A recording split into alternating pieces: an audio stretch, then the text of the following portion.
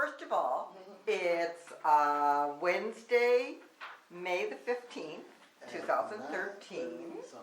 And Sandy Hallam is interviewing Doria Daniels. Yes, she is. And Doria, why don't you tell me first of all where and when you were born? I was born in Kent, Ohio, actually at Robinson Memorial Hospital, April 22nd, 1951. And where did your family live? My family lived, the physical location? Yes. On Dodge Street, 322 Dodge Street in Kent.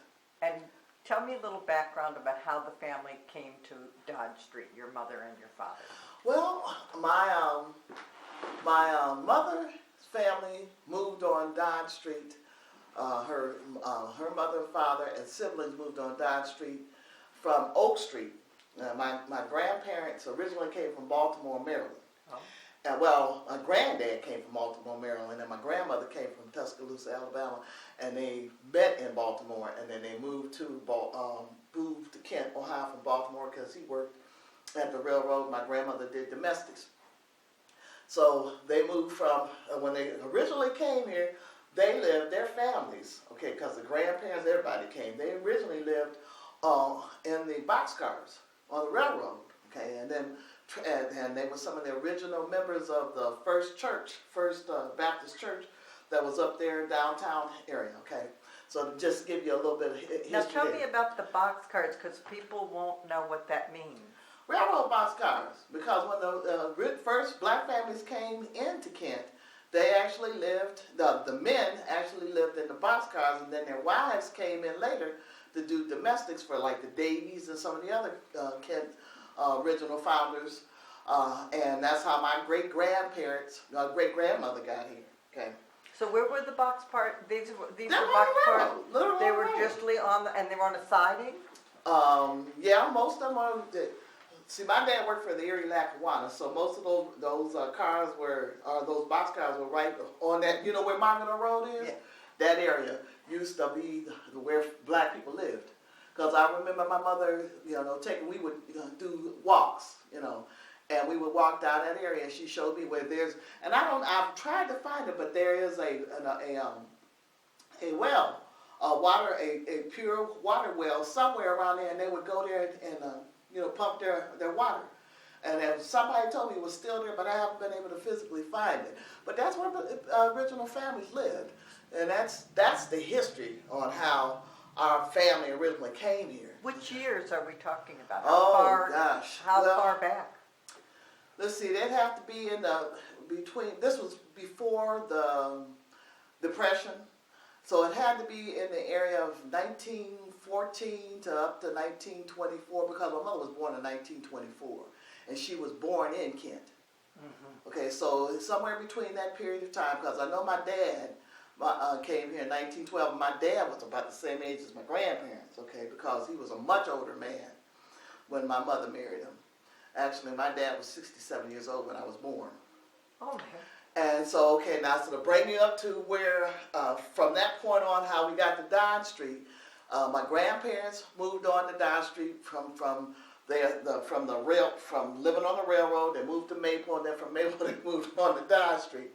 My dad originally came on Dodge Street. He bought his home from some of the first immigrants that moved into Kent, which were Italians. See, the Italians were the first immigrants. Then the African Americans and Germans and Polish came in, and that's how the South End actually emerged.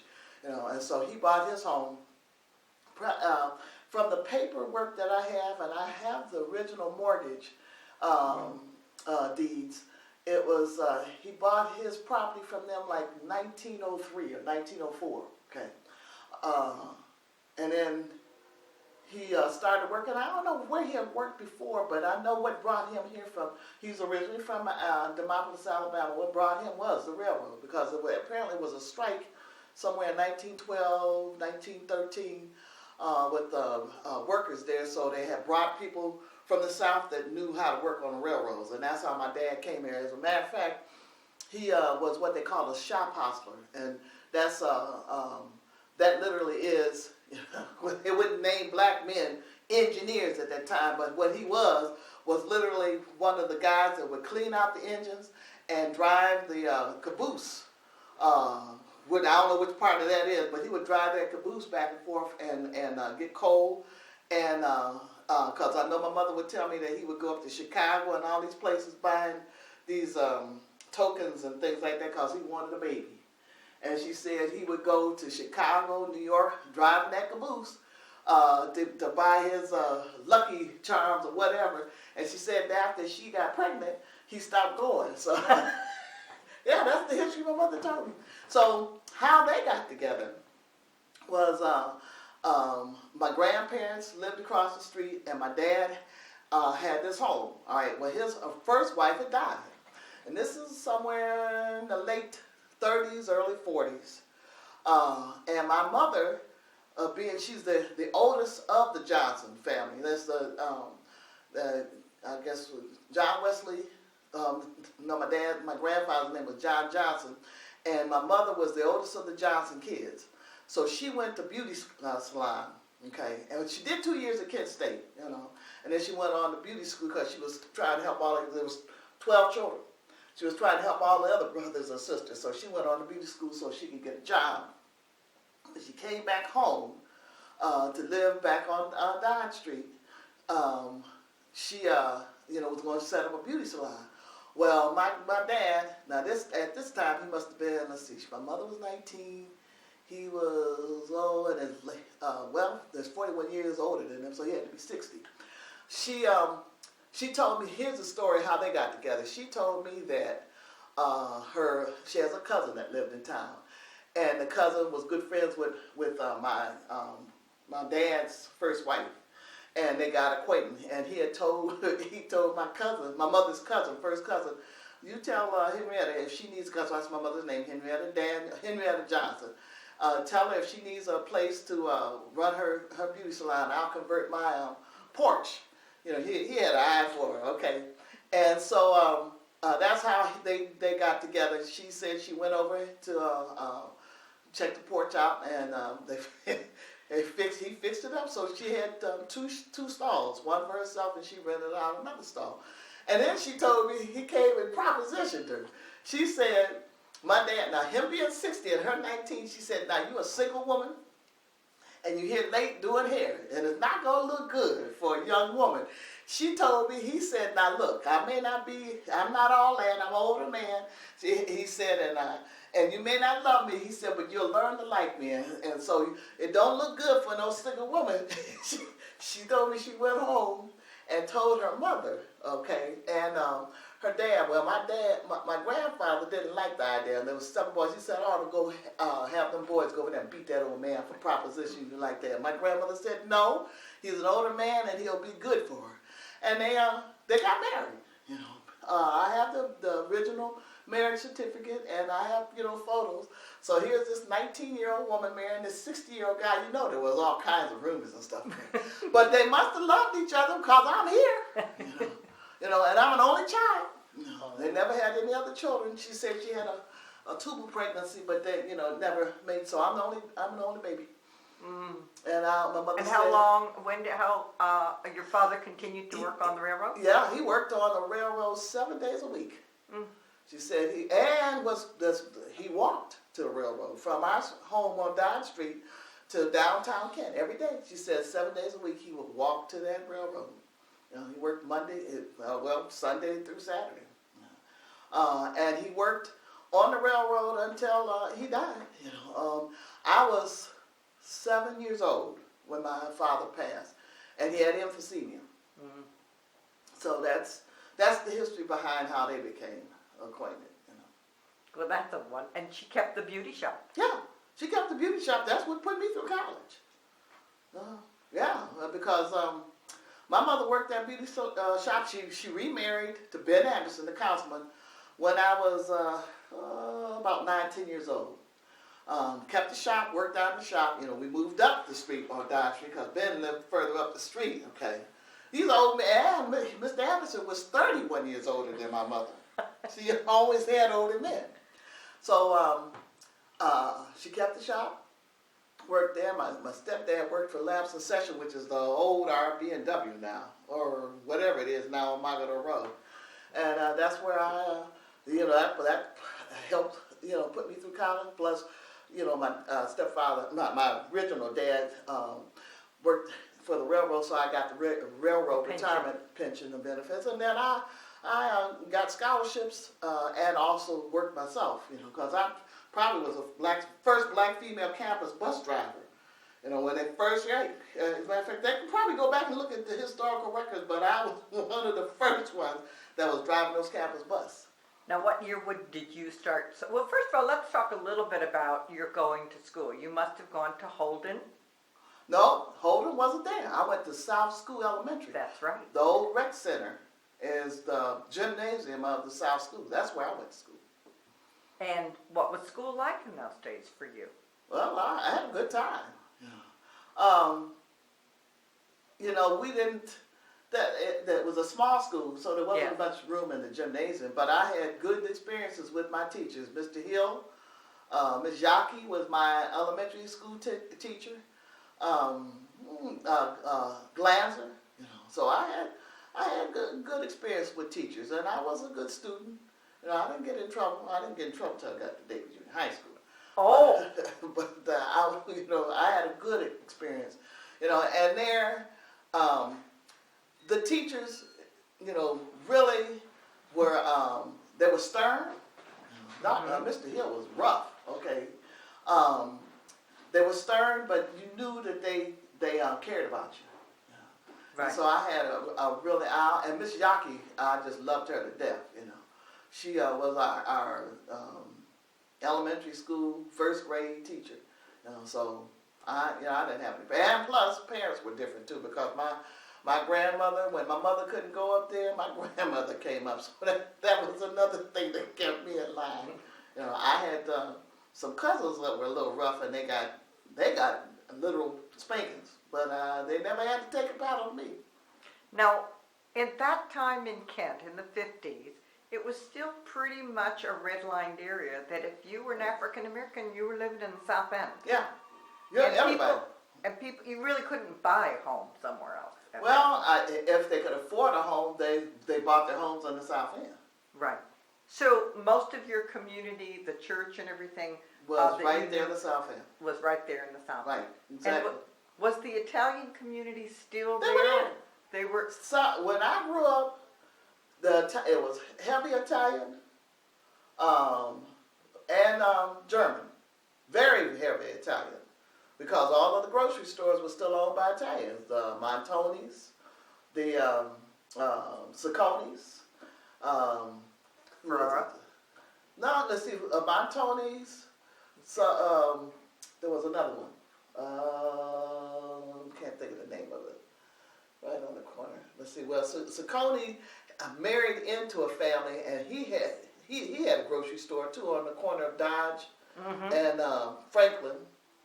I'm trying to think. Was there Linares had a grocery store in the area where the Holden Elementary School is now. Oh. Okay, that area wasn't Linares because it was a drive-through. You could buy liquor as well as go in there and buy groceries and stuff. Well, mainly candy and stuff. Was there a grocery store on the corner of Summit and Franklin?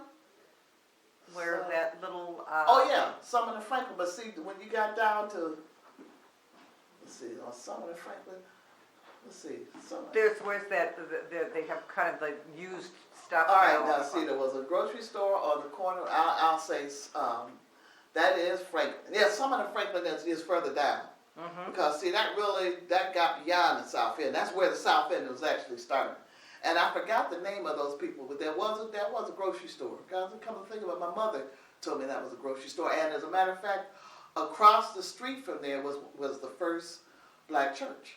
Right. That was First Baptist Church, which was, my mother told me, was in the old, what used to be the police department. Really? Mm-hmm. Yeah. That little building used to be the police department was the first church. So then you got to junior high school.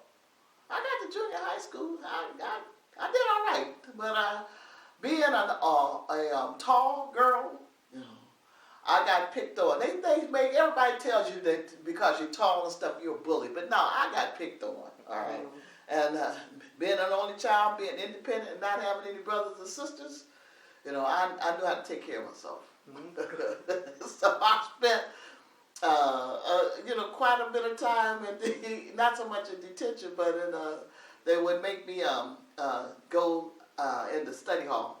You know. But I was a good student though. Grade point was good, and when I got to high school, I really got better. You know, I was on the honor roll a lot. And you went to the old or the new Roosevelt? Well, I went to the new Roosevelt.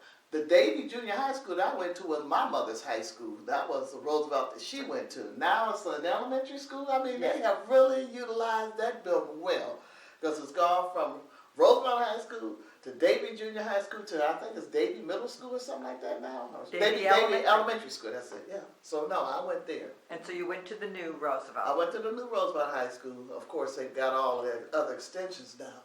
So yep, I went there and came out in '69. And then you started, did you? I went right directly to Kent State that following September. And what was your area of interest at that point? At Kent State, my area of interest, I started out in political science because I wanted to be a pre-law major. And that got quickly changed from an uncle who was a business, he was a director of OSHA. And my family found their prominence in civil service as well as the military, okay, and my uncles wanted me to go into, they wanted me to come work in some field of civil service because they know I wasn't interested in the military, okay, I was part of that anti-war generation, okay. So my uncle told me, he said, listen, Doria, he said, there's a lot of folks, because I was a political science major, he said a lot of folks are studying political science and coming out here and they can't find jobs. Mm-hmm. He said, you get you a good, firm foundation in business. He said, and that's a good background. He said, because if you decide that you want to go to law school later, you know, that business background will be, you know, something critical for you. Okay. And so that's what I did. I listened because he was one of my mother's older brothers. She's being the oldest. I think Uncle Philip was the fourth child, okay, because it was Dolly Ann, then Uncle John, and then Uncle Philip. And he was pretty much like the patriarch of our family, okay. And so I listened to Uncle Philip, and I'm glad I did because it was good advice, you know, very good advice. So I pursued business at Kent State, and I graduated out of the School of Business Administration. And what year was that? I came out in '73, and there was at that time there were like 4 people that graduated with me because one of my teachers, my high school teacher's husband was there, and he said, Doria, he says, I'm proud to see you come across that podium. He said, because you know there's not too many black females in the School of Business, and they weren't at that time. But I struggled through it. Statistics about kicked me, but I got through it. Yep. Now, while you were there, you started in 1969, and I know that you have expressed feelings about May 4th and the shootings in 1970. Would you talk a little bit about your feelings during that period of time, particularly what was happening around you and on campus? Well, being a resident of Kent at the time, too, I think we had a different experience than a lot of the people that were able to leave. I had to live it, okay? And also, my stepfather was a councilman at the time, Ben Anderson. And so I was told under no circumstances do you go up and make any kind of statements. Do not let them use you to, you know, engage you in any. So I had to kind of keep close-lipping with him, being a black councilman, you know, and my mother a businesswoman, because at that time she had her shop. You know. I kind of like had to suppress my feelings, and if anyone were to ask me how did I fear? Because I was concerned, was I going to get an opportunity to finish my education in Kent? Because I wanted to finish at Kent State, you know. I didn't want to transfer, being an only child and kind of somewhat protected and sheltered. I wanted to stay at home, you know. And so if anyone would ask me what my real feelings were, that were suppressed in the sense that I feared that I was not going to get an opportunity to finish school here locally. I was going to have to transfer. I didn't know if they were going to shut the university down, because the whole city, my section of town was kind of under fear too, because, you know, being black folks in the South End, We didn't start this mess, but we didn't want to be victims of what had happened up on campus. So everybody down there was halfway, cautious. You sat on your porch. You didn't go out too much in the community. I know my cousins told me, because I had a cousin that was living here with us at the time, that they were up at Roosevelt High School and all the kids had to leave the school. She said, and she was just standing around with 4 kids, and cops came by there and were going to arrest them. And they said, well, we just waiting for a bus, So, we were kind of like a little bit paranoid. Because of the National Guard. That's right. Because you understood that the National Guard had guns. Yeah. Well, I knew they had guns. In the first place, Bus had gone around and told us to stay off campus. Okay, so I knew that. So I wasn't anywhere around that, but I did go to my classes.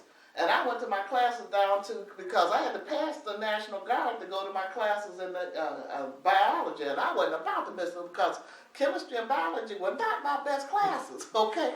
So I went on to class. I went past the National Guard before they had marched up on the hill, and I saw them loading up their rifles, and there was never, and I don't know why anybody thought they were fake bullets. I mean, when I see a gun, it to me says, okay, there's some real bullets there. I went on to school.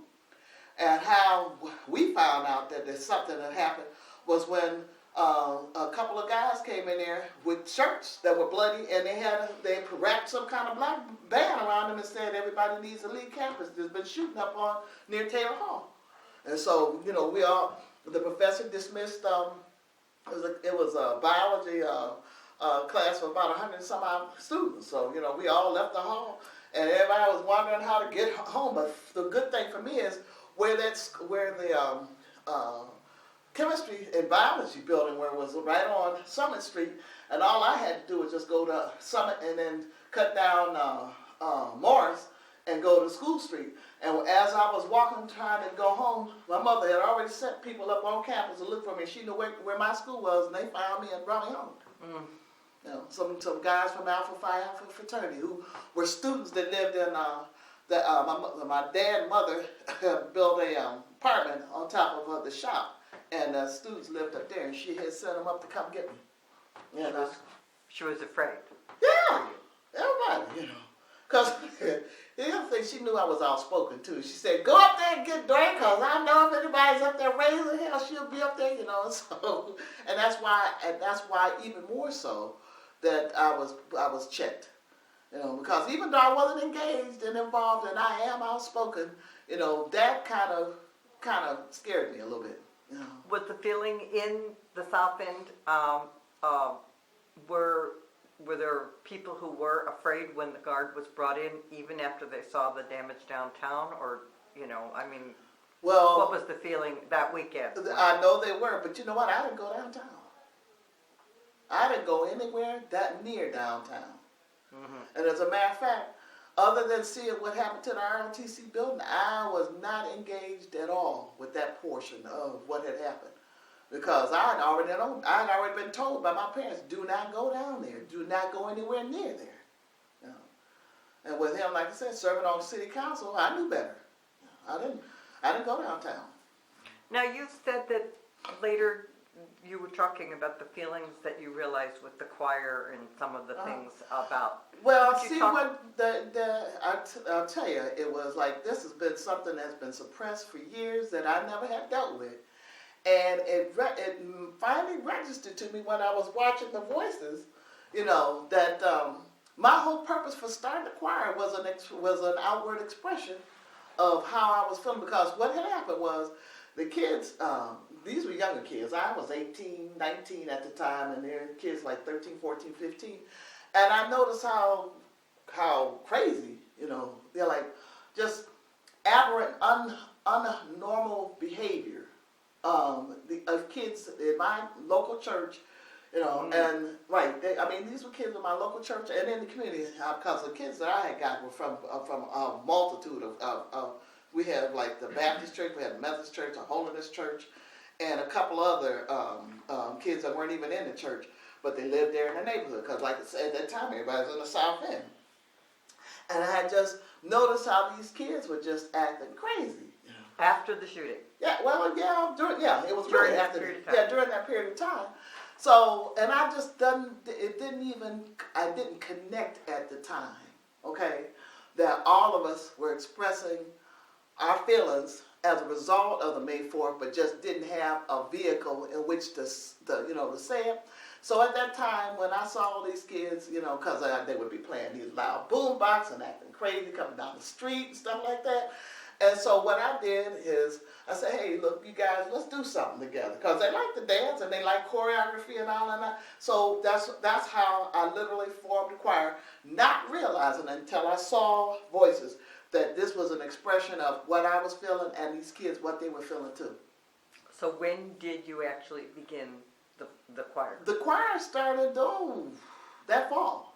And where did you begin to meet? We met at both churches. We met at Spelman Chapter, well, both of the original traditional black churches, Union Baptist Church on Dodge Street, and then there was another one, Spelman Chapel AME, off of Pine Street. Mainly at Dodge Street. That's where I really formed it. Got the church support, and we, formed the choir right there. And what were the ages? Mostly junior high and 6 high years school? old. 6? Oh, little. Yeah, we had kids as young as 6, all the way up to 17. Jackie Peoples, who is now a school advisor, was in the choir, and Brian Worker, who is now the president of the school board, was in the choir. He probably was about 8 or 9. Jackie was 6. They were the youngest. So we had kids from 6 all the way up. And how many times a week? Did you meet once a week, or how did One you time, one time on a week, and don't ask me the days. They varied. And then did you perform for the community? Oh yeah. Well, we performed for Upward People. Kent State University. We the People, because I was a member of We the People when I was in high school. Kent State University. We sang at area churches at festivals. So yeah, we and then if you go on Facebook, you'll actually see the picture. Because I don't know if you ever met Copeland, Lewis Copeland, but Lewis Copeland was our photographer because his son was in the choir. So he kept beautiful pictures, and he would do all of our photography and at that time the parents went with their kids, so we had a good turnout. Did you record any of the performances? On old tape stuff, but it's really not, you can't really make it out good. Mm-hmm. So. Was it mostly spiritual kinds of religious Oh, music, or all kinds? Yeah, we did everything. We mainly religious, but with message stuff. Okay, like For Our Dead in Ohio, we did. But I would change the version around a little bit. But we did a lot of, but it was mainly religious. And how long did this go on? Choir until I graduated from high school. Until I graduated from Kent State. Because at that time, then I started traveling, so the choir kind of like disbanded at that time. Mm-hmm. But as a result of, isn't it odd that after the May 4th, the latest May 4th event, now people are talking about let's do a reunion. So we are now, I don't know, go on Facebook and see if we're talking about pulling together a group of, all the ones that are local, or we can get to do a reunion celebration. Have different churches come in and we'll do a couple of selections and have a reunion celebration, especially as a benefit for one of our members who has multiple sclerosis. As a matter of fact, that's the son of Mr. Copeland who did the photograph, the video. His son is fighting MS, and is in the stages now where he's on a walker. Do you have video? Do you have some just we have photographs? pictures, just photos. Okay. No video. Videos, I mean, that was before. Yeah, that's what I thought you said. That I was. No, we have photos out. There's photos out on Facebook. Okay. But no, there's no videos. So after you graduated from college, what happened? Where did you then go, and how did After I graduated from college, I headed south. Okay, I went to Atlanta, Georgia, job hunting. And as it was, I didn't even realize I had already been accepted into a program that I didn't know anything about at the time. I went down to and I'll tell you about that, the connection with the Pan-African Center. I went south because I had a relative on my stepfather's side who was the director of some programs, and I went down there job hunting. Well, I didn't know that I had already been accepted into a program that I had applied for at Pan African Center under Dr. Crosby. It was called the African American Savings and Loan Association. And back then, we had black banks and black savings and loan association, and they had come on campus recruiting students that had business degrees. And Dr. Crosby got a hold of me and said, Doria, you need to come up here and you need to apply for this. So I went. Didn't realize that I had been accepted. They had screened me and had accepted me into this program because I was down in Atlanta, Georgia, and they wanted me to come to New York for an interview. So my mother got word to me, and I flew into New York for the initial interview, and they accepted me for the program, and I ended up working as a treasurer for a black-owned bank in Hampton, Virginia. It's called People's Savings and Loan Association. I got all of my little brochures and stuff that says she's one of the officers of the bank, and I'm like, yeah, that's how my career got started, as a treasurer for a black-owned. And how long did you stay in Hampton? I worked there for about 7 years. Wow. And then from there, my career transitioned into manufacturing. Worked and ended up at Delphi. What happened was Mr. Anderson got sick. Oh. Okay, and I needed to come home to help my mother with my stepdad because, like I said, I was the only child, and his children were all older than my mother. Okay, so they couldn't help. Okay, or didn't want to help, or whatever. So I came home. Initially, I came home just to as they say, scope the situation out. Then I ended up going back to Virginia, closing up shop, and I came on home. And what happened was, we didn't think he was gonna live. All right. And everybody told me, said, no, he was waiting for you to come home because he lived 3 more years after that. He said he was looking for his baby girl to come home.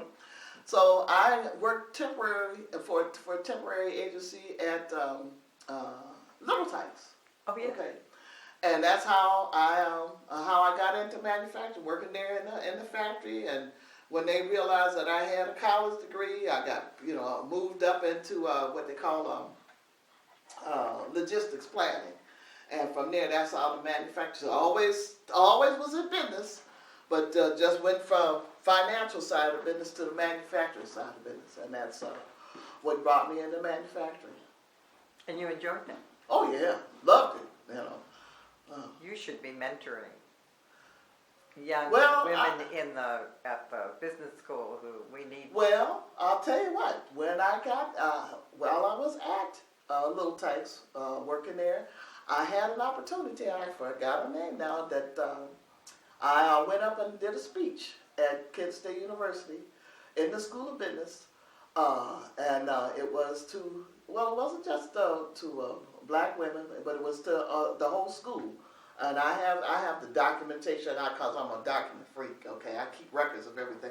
But I actually did. I went and spoke, but it was just a one-time opportunity. It wasn't anything that was continuous at the School of Business because I was one of the few, like I said, black graduates of the School of Business at the time.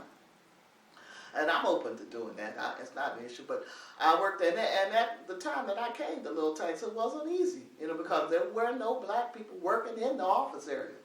Okay, none. And you were a woman too. Right. Not a woman, but a black woman on top of that, and they weren't. Let's put this: at that time, they weren't that receptive to having an African American in the office. And that's a polite way to say it, So it took me 10 years to get in there, because I worked in that factory for 10 years. Was it 5 years? And was it a subtle or an overt kind of racism for you? Well, or did you just? It was both. I had some incidences in that factory part that were just plain pure overt. Okay, very overt.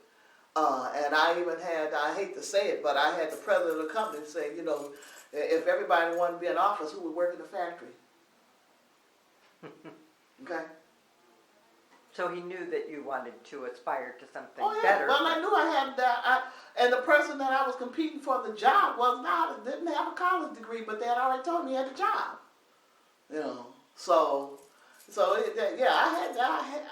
It didn't come easy for me to move into the office. Okay. But once you got there, you stayed Once there? once I got there, they found out that I knew my stuff and I was good at what I did. And then when I left there, because I had, what had caused me to transition from there is that I had been accepted into another program that I didn't know anything about because of my professional affiliation with, it's called the American Production Inventory Control Society, okay? Hmm. And through that affiliation, they recruited me into a new,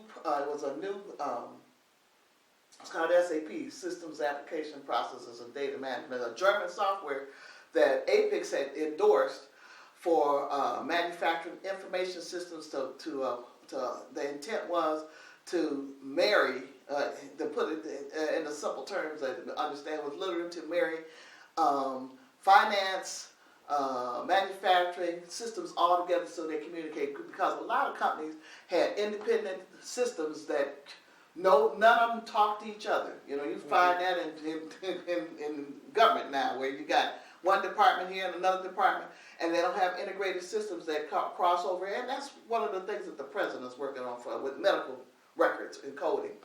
And so this was entirely, it was something new for me. I knew manufacturing and I knew the processes of manufacturing, but now I had to learn how to do coding, you know, and how to make these systems talk to each other. And that's what I had gotten recruited into, you know. And so I left Delphi to go to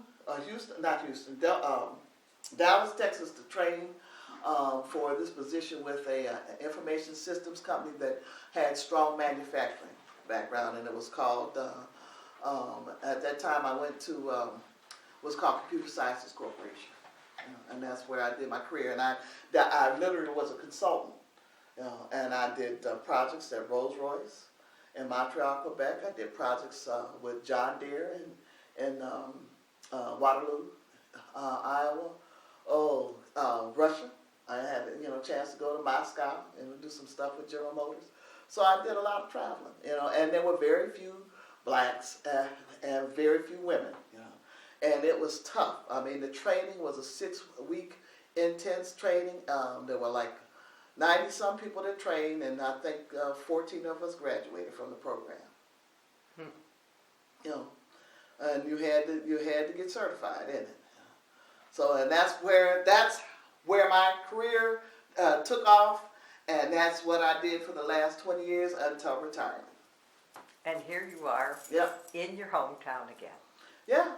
I always kept roots here, you know, even though I traveled all over, I kept my roots here. As a matter of fact, I built a home for my mother here. Oh. Yeah, the home that we live in, that I live in right now, I built for my mom. We kept the property on Dodge Street, you know, her house on Dodge Street that she had the shop, and we kept Ben's house, you know. My mother bought his kids out, you know, and I even bought some property from an uncle, you know, and so that's And where is this house that you're building now? it was already built. Oh. I'm living in it. We're living in it. My mother got 8 years to live in it. It's on Cherry Street. Cedar. It's still in the neighborhood. And there's history behind that. My mother bought. My mom was enterprising herself, because when she was in her early 20s, she bought land. All right. And she bought this land and held on to it. And I told her, I said, Mama, if you could hold on, because when I bought it, she had already owned it 50-some years. I mean, when I built on it, she had already owned it 50-some years. I said, if you could hold on to land 50-some years, I darn certainly could put a house on it. My mother was, she died when she was 83. I built the house 8 years prior to that. So she got a chance to move into the house on her 74th birthday. That's right. And she lived in it 8 years before she passed. So here you are, looking at your town, 2013. Give us some thoughts about what you think is going on and how it's changed since you were. Oh, I love the changes. I have some nostalgia of the old stuff, but I don't miss it. I miss Jerry Diner, because I remember how my mother and I would walk downtown. All right, from our end of town, we would walk down there to get our exercise, and we'd go into Jerry Diner. We'd probably eat up. We probably ate enough pancakes and fried food to back out to walk back home. And so I have nostalgia for that kind of stuff. But basically I really am impressed when I see downtown. I like the fact that that you don't have to go out of town now to get sushi. Okay. Because I do like sushi, okay.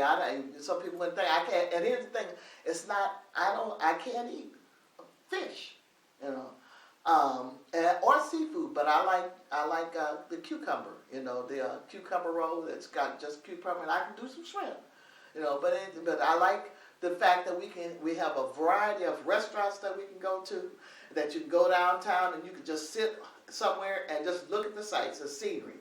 I like all that. And are you excited that there's now actually companies down where people are working downtown? Oh well, I'm being manufacturing background. I like that, but I'm also not pushing just for the retail stuff. I want to see some industry come back to Ken. And I think we have property, we have sites. We got 4 parcels of land that could be utilized for light industry or industry. And I would like to see those utilized too. But as far as I'm very pleased with the transition that the city has made. I know some people are resistant, because it's just maybe too much, too fast for some of them. But hey, I'm one of these kinds that just by nature, when it's time to make a change, do it and just, live with it. In other words, get over it. Because it's here to stay. Mm-hmm. Henry, was there anything? No. Fascinating story. A wonderful story. It's my life. Yeah. It's life. Have you seen a change in the growth in the black population? How has that changed over the years? Oh, listen, I opened up a little website that's called the South End Friends of the Village because there's people who live all over the city and all over the state now, who want to know what's going on to the city kid and especially old friends. There is no more South End because people that think that that's a black neighborhood is not a black neighborhood anymore, all right? And it's not a blighted community anymore. I mean, there's yuppies, young folks that have moved in there buying starter homes. Property values have increased. The city Kent has done. I'll have to say this, because we have. I didn't tell you that I formed a nonprofit neighborhood organization, 501c called Thomas Anderson Development Corporation back in the late '80s. Okay. And what was that formed for? That was formed with Josh Brown, Albert Peoples, those guys, because we wanted to have a vehicle in which we could negotiate things in the city. You can't apply for grants or anything without being a 501c3. And so I formed the corporation. I worked with them to get the corporation. As a matter of fact, Josh, I'll send you some.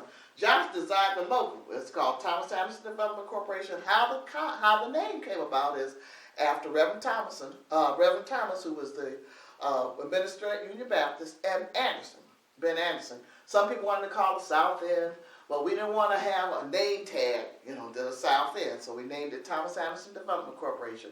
And there's education plus application plus something equals wisdom or something other. But I'll send it to you. So in 1987, that corporation was formed to do, and that's literally that corporation has been vital and key.